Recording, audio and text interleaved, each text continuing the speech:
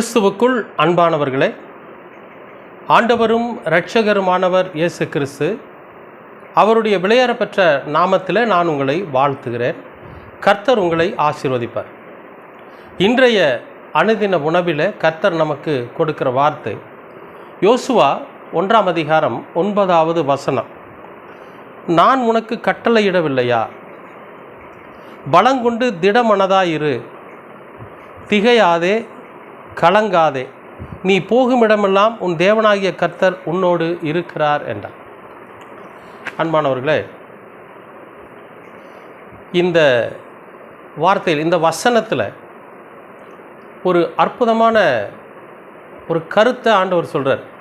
என்னென்னா, ஒரு நம்பிக்கையை ஊட்டும்படியான ஒரு காரியம். என்னென்னா, நீ போகுமிடமெல்லாம் உன் தேவனாகிய கர்த்தர் உன்னோடு இருப்பார். அப்போ நம்ம எங்கே போனாலும் நம்ம கூட கர்த்தர் இருப்பார். நம்ம போகிற வழியில், வருகிற வழியில், எல்லா இடத்துலையும் கர்த்தர் நம்ம கூட இருப்பார். அப்படிங்கிறது இங்கே கட்டளையாக சொல்லப்பட்டிருக்கிறது. ஏனோ தானோ அப்படின்னு இல்லை, ஏதோ பொழுதுபோக்கான காரியமாக அல்ல, சொல்லணுமே அப்படிங்கிறதுக்காக சொல்லலை, கட்டளையாக சொல்லப்பட்டிருக்கிறது. அதை தான் இங்கே யோசுவா சொல்கிறார். அவர் உங்களுக்கு கட்டளையிடவில்லையா? அப்போ ஆண்டவர் நம்மிடத்தில் என்ன சொல்லியிருக்கிறாருன்னா, நமக்கு கட்டளை கொடுத்துருக்கார். என்னன்னு, நீ கலங்காத, நீ திகையாத, நீ பயப்படாத, நீ எதுக்கும் கவலைப்படாத, நீ போகிற இடத்துல எல்லாம் நான் உன் கூடவே வருவேன் அப்படிங்கிறார்.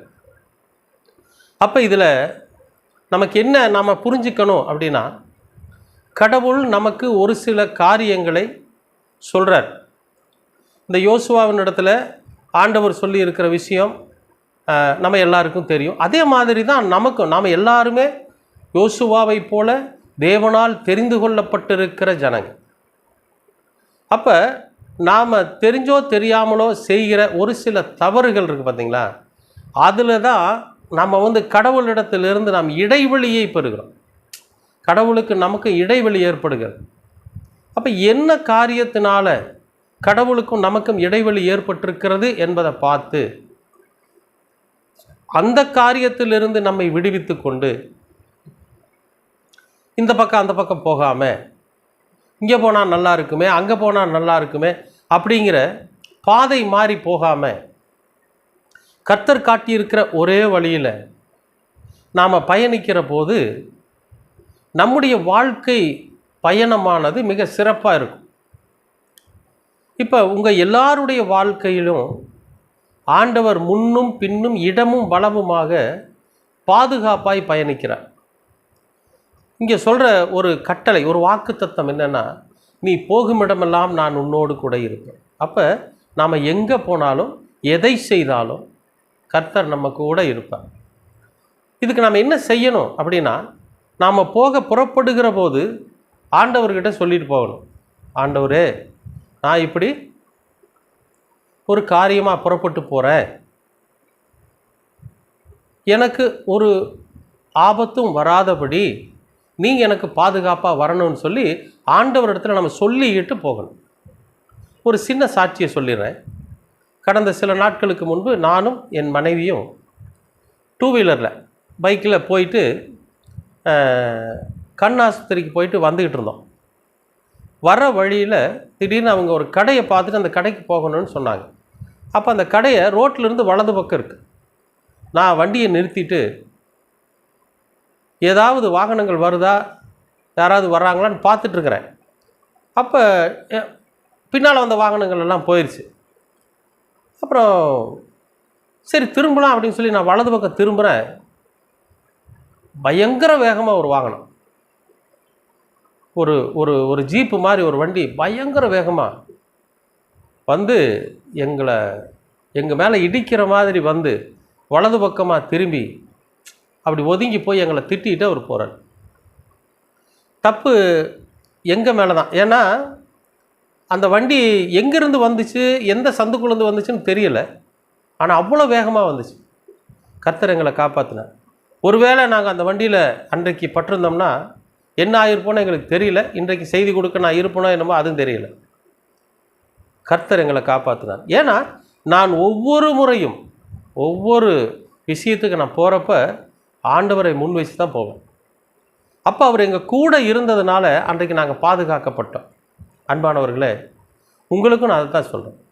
நம்மோடு கூட ஆண்டவர் பயணிக்கிற போது எப்பேற்பட்ட ஆபத்தாக இருந்தாலும் சரி, விபத்தாக இருந்தாலும் சரி, நாசமோசங்களாக இருந்தாலும் சரி, அதிலிருந்து நம்மை பாதுகாத்து கொள்வார். நிச்சயமாக உங்களையும் கர்த்தர் பாதுகாத்து கொண்டு இருக்கிறார். நாம் அதுக்கு செய்ய வேண்டியதெல்லாம் ஆண்டவரோட சமூகத்தில் சொல்லி அவரை நமக்கு முன்பாக கடந்து போகும்படியாக அவரோட சமூகத்தை நம்ம கேட்டுட்டு போகணும். ஏதாவது ஒரு தொழில் ஆரம்பிக்கிற மாதிரி இருந்தாலும் சரி, அவரோட சமூகத்தில் சொல்லி இந்த தொழிலை ஆரம்பிக்கணும். அப்போ அனுதினமும் ஒவ்வொரு நாளும் நாம் அதிகாலையில் எந்திரிச்ச உடனே அவருக்கு நம்ம நன்றி சொல்கிறவராக இருக்கணும். இரவெல்லாம் பாதுகாத்ததுக்கு நன்றி, புதியதொரு பகல் வேலைக்குள்ளாக என்னை அனுமதித்ததற்காக நன்றி, இந்த பகல் வேலையும் உங்கள் கரத்தில் கொடுத்துட்டேன், நீங்கள் எனக்கு பாதுகாப்பாக இருங்கன்னு சொல்லி ஒவ்வொரு நாளும் நாம் ஜெபிக்கிற ஜெபம் இருக்குது பார்த்தீங்களா? நிச்சயமாகவே எல்லா சூழ்நிலைகளிலும் கர்த்தர் நம்ம கூட இருப்பார், உங்கள் கூட இருக்கிறார். பயப்படாதீங்க, திகையாதீங்க, கலங்காதீங்க. எதுவாக இருந்தாலும் சரி தைரியமாக செயல்படுங்க. ஏன்னா கர்த்தர் உங்களோடு கூட இருக்கிறேன்னு கட்டளையாக சொல்லியிருக்கார். எப்படி? கட்டளையாக, ஏனோ தானோ இல்லை, கர்த்தர் கட்டளையிட்டு சொல்லியிருக்கிறார். நான் உன்னோடு கூட இருப்பேன், நீ பயப்படாதே, திகையாதே, கலங்காதே, எது குறித்து நீ வருத்தப்படாதே, நான் உங்க கூட இருக்கிறேன்னு சொல்லியிருக்கார். கர்த்தரிடத்தில் ஒப்படைத்து உங்களுடைய காரியங்களையும் உங்களுடைய செயல்களையும் உங்களுடைய பயணத்தையும் கர்த்தரோட சமூகத்தில் ஒப்படைச்சு போங்க. அவர் உங்கள் கூடவே வருவார். எல்லா சூழ்நிலைகளிலும் பாதுகாப்பாக இருப்பார். கர்த்தர் உங்களை ஆசீர்வதிப்பார். ஒருவேளை இந்த காணொளி உங்களுக்கு பிரயோஜனமாக இருக்கும்னா நீங்கள் என்ன செய்யுங்கன்னா, உங்களுடைய நண்பர்களுக்கு இதை அனுப்பி கொடுங்க. இதை நீங்கள் என்ன பண்ணுங்கன்னு கேட்டிங்கன்னா, உங்களுடைய நண்பர்களுக்கு அனுப்பி கொடுத்து அவங்களும் இதை பார்த்தாங்கன்னா இந்த ஊழியத்திற்கு அது வளர்ச்சிக்கு அது ஒரு உதவியாக இருக்கும். நிச்சயமாக நீங்கள் செய்வீங்கன்னு நம்புகிறேன். கர்த்தர் உங்களை ஆசீர்வதிப்பார். அன்பின் பரலோக பிதாவே, அருமையான நல்ல இந்த அனுதின உணவிற்காக நன்றி. மீண்டுமாய் உங்களுடைய சமூகத்தில் அமர்ந்து ஆண்டவரே இந்த காணொளியை பதிவு செய்யும்படியாக கர்த்தர் கொடுத்த கிருபைக்காக நன்றி ஆண்டவர். அப்பா, நீர் எங்களோடு கூட இருக்கிறவர்.